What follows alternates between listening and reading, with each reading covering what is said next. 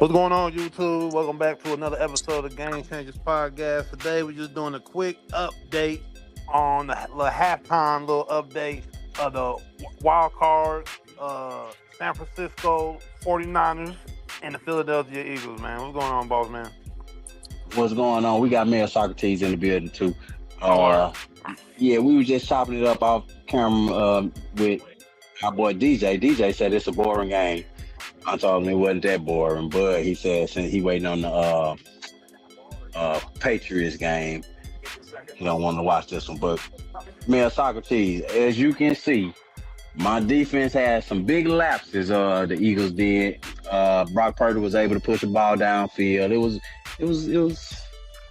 It was a good offensive showing. They couldn't finish at the end. They couldn't finish in the red zone. My kicker even missed the damn extra point, Jake Elliott, which I don't know what's going on with Jake Elliott, man. Also, another thing that stuck out to me was they were trying to force the ball to A.J. Brown, and Nick Sirianni run down the damn field on third down and cussing A.J. Brown out. A.J. Brown turned around, cussing him out. They had to be separated on the sideline. If you know these guys' history, that's what they do. They, and A.J. Brown, even after the win last week, A.J. Brown, Nick Sirianni was walking, they caught him on camera walking past A.J. Brown, pumped up. A.J. Brown gave him the look like, if you don't get the fuck out of my face. So A.J. Brown not really happy with the offense and what's going on.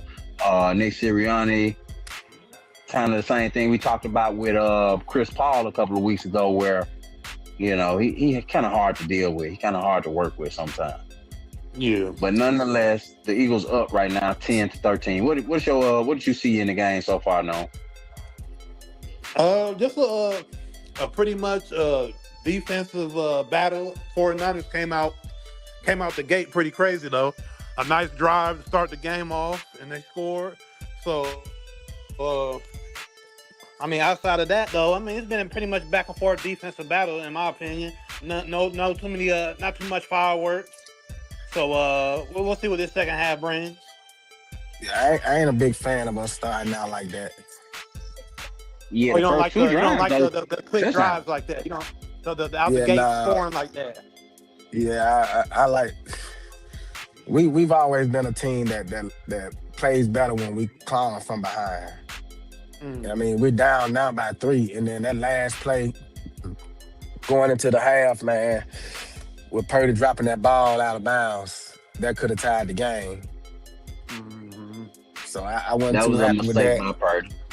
Yeah, I ain't too happy with our run defense, because it don't seem like we can stop a buck. But now, hey, one big thing, your boy Kittle did get hurt too. Yeah, Kittle's out. But I like Kittle's. Damn good blocker. And we'll do some good catching and shit. But Tunges ain't that bad. But see, Tunges is coming into himself too. So I don't mind having Tunges on the field. I wish Kittle was still out there, because he do bring that extra to the offense. Because at any moment, man, Kittle can go down that field and get us 20 yards. Yeah. But Kittle all pro receiver. Yeah, tight end. But we've been hurt a lot. He been hurt damn near all season too. So I know he just tore his Achilles. So I hope for a speedy recovery for him, man. But I ain't too impressed with this game. I don't think anybody who watching it is too impressed with it. But if you are a fan of defense, there's been some defensive laps, but at the same time, it's a low-scoring game for the most part. And off the show, you called this. You called this off, in the group chat. You called it that, 13-10 was going to be the final score. But it ended up being the score at the half. So you were somewhat right that it is going to be a defensive battle back and forth. Just the play styles of both of these teams, and kind of just the matchup itself brought more of a defensive edge to the game. But you also know, and we also got to be ready for the okie doke the NFL will throw at you at any given second. Because yesterday around this time, what were we thinking? Was that yesterday where the Green Bay Packers was up 21-3 at halftime on the Bears? Yep. And look how that shit turned out. I've been seeing that all over social media. And that brings me to my next point of what we were talking about off show too. Is man, it's so easy for them to kind of cheat now. They spot the ball anywhere they want. The NFL kind of like pushes who they want to push. You know, we saw Josh Allen come from behind at the end. I'm not saying that he shouldn't have came from behind or he got help or anything, but I'm just saying those kind of narratives are being pushed in the NFL. And you talked about how all these wild card games have been good games so far. Yeah, they have. So, I mean, they've really been entertaining. I don't think there's been one game that hasn't been down to the wire, kind of like you have to really watch the whole game to see what's going to end up happening. You kind of on the edge of your seat as a football fan. So the NFL definitely is winning in the entertainment aspect of things of these playoffs to start out with. But like you say, just this last game with the Bills and Jaguars, I feel with that digital. With the placement of the ball, it's not using the actual sticks, but using the digital sticks to measure the field and measure the first down. That's iffy to me. I feel that the Bills did not get this first down, and then right after they got that first down, they did. Josh Allen threw like a 40-yard pass down the field to put him in position to score. So. Yeah, there's a few things in the game right now that I don't know with the technology and everything. It was just kind of suspect to me, that placement of that for that first down for the Bills on that drive. Hey, I'm gonna say this: Jalen Hurts didn't play bad. Again, we hurt too. We got this damn the first play of the game. I saw Fred Johnson, our right tackle for the Eagles, got hurt and brought in what's his name? He's so damn sorry. I forgot his damn name. Right tackle. But so everybody is hurt. Kittle is a big blow for those guys going out. But with Jalen Hurts, it's all gonna come down to Jalen Hurts at the end of the day. At the end of the day, it's Jalen Hurts, and hopefully Nick Sirianni and AJ Brown can get on the right track. Because man, no other coach and receiver had this type of relationship where they cussing each other out on the sideline, goddamn, during the first half of a playoff game. Like, come on, man, what are we doing? But I will say, within that, that almost shows you the camaraderie of the group, because a lot of times when people are that tied in together, they feel they can talk to each other any kind of way and get under each other's skin any kind of way. So it is a negative in a certain aspect, but in certain aspects it is a positive. And they have won a Super Bowl, so it's like. Yes, but certain things can't be unsaid, and when you get to start, we're getting personal, and then each of these guys are at the top of their profession. You don't want to have that type of relationship where you got to cuss at a motherfucker and this and that. That's a little bit too much, I'm all for being fiery, you know what I'm saying? That's my team, but we got to get that shit together, man. Nick Sirianni, this is not a good look as a coach, Bill Belichick would never, you know what I'm saying? If Mike Dicker got to cuss you out, you can get your ass off the field, So, and we're not in that position. Everybody wants AJ Brown on the field. Let's just get him the ball in situations that make sense. And basically, the Eagles gonna have to get rid of this offense coordinator, like I've been saying for a while now. I mean, it just is what it is. So if you guys don't get to a Super Bowl and win it, the OC got to go. Oh, he got to go either way. He got to go if however far we go. That OC Kevin Petula, he has to go. He's not up to standard. And that just is what it is. Okay. But right now, 10-13, man. The firepower we got on this team as the Eagles, you should be able to put up more than 13 points and a half. We wasting 2 minute fucking timeouts, bro. Like, what the fuck? Purdy at the end of the second half, he wasted that timeout, and we needed that timeout. Could have used that timeout to score. And just wasted one now.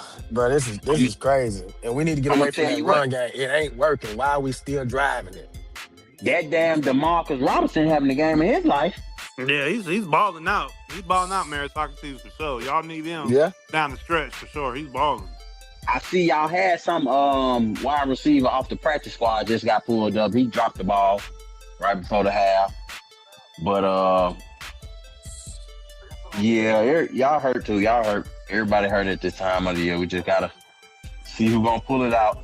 These damn kickers, it always come down to the kickers. Mark my words. It always come down to the kickers. Especially Man, in this get kind away of from game. this fucking run game for now. You keep using McCaffrey as a receiver. Because the run game ain't working. And we killing ourselves with it, shooting ourselves in the fucking foot. Put the you ball gotta in stay balanced. So for the 49ers need to just put it in Purdy's hands and Yeah, let it fly. let Purdy do him, man. Let him go to work. Mm-hmm. If we need to do some run, let him run. He can get it with his feet. I agree because, like we just said, Robinson's having a game of his life. There's no reason to go away from that. Yeah, put that motherfucker in the air.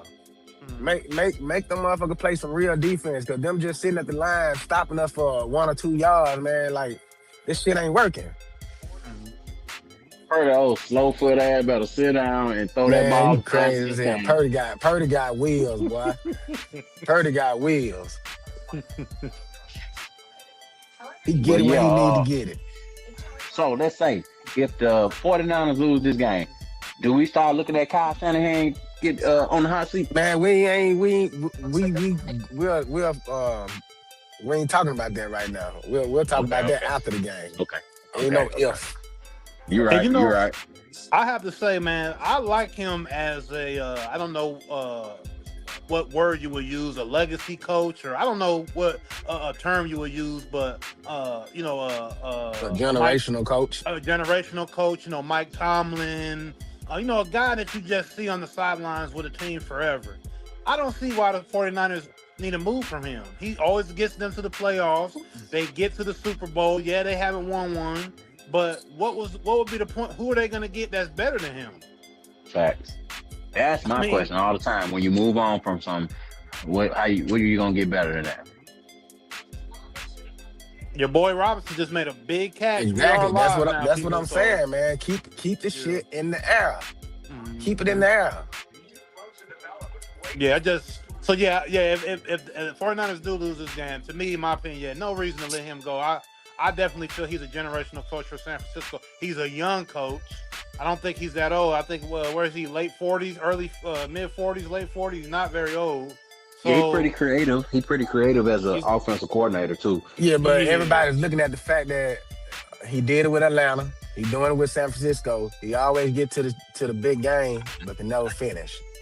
Yeah. So at what point do you move away from getting there and not winning? Yeah, I just look at it like, who are you going to bring in that's going to continue to get there, though? Because the thing is, he's getting there. Most coaches never get there. That's just like Mike Tomlin. It's just like Mike Tomlin. So, I mean, you keep your fan base excited. They feel they're always going to make the playoffs. Because, I mean, you got a franchise in the Cowboys, Dallas Cowboys, that, hey, Jerry Jones has the whole franchise brainwashed for 30 years and ain't done nothing. Switching coaches. That's true. The coaches can't even get to the playoffs. If they do get to the playoffs, they get bounced in the second round. They're not making to no conference. They're not making to the conference championship. So, you gotta stick with what works and it gives you a chance in pro sports and especially in pro football. Because it's hard to win. I mean, it's not easy to win in pro football, man. 49ers out here trying to do damn tush push. Man, that wasn't no damn tush push. That was just a 1 yard run. We were talking about that earlier, boss man, that you feel that the Philadelphia Eagles have set the blueprint. Reinvented. Or I'm going to say invented, but I'm going to say reinvented. I said reinvented. The tush push. Reinvented the tush push, and now other teams throughout the league are trying to steal the sauce. Definitely. Oh He my just on the fucking 49 god. just did. Oh, Purdy just threw a pick. Purdy just Oh threw a my pick as we fucking talk. god. He just threw a fucking pick. Well, you Well, know, that's Nick, it. Y'all heard it here with the Game Change. Like, comment, subscribe, share, tell a friend, tell a friend. hey, Fuck! hey, shit. It's a long game. It's a long game. Just third quarter. We'll see. Yeah, But yeah. hey, y'all stay tuned right here with the Game Changers podcast when we talk sports, entertainment, politics, and everything in between. Y'all stay locked in, stay tapped in, and peace. Choose Follow life.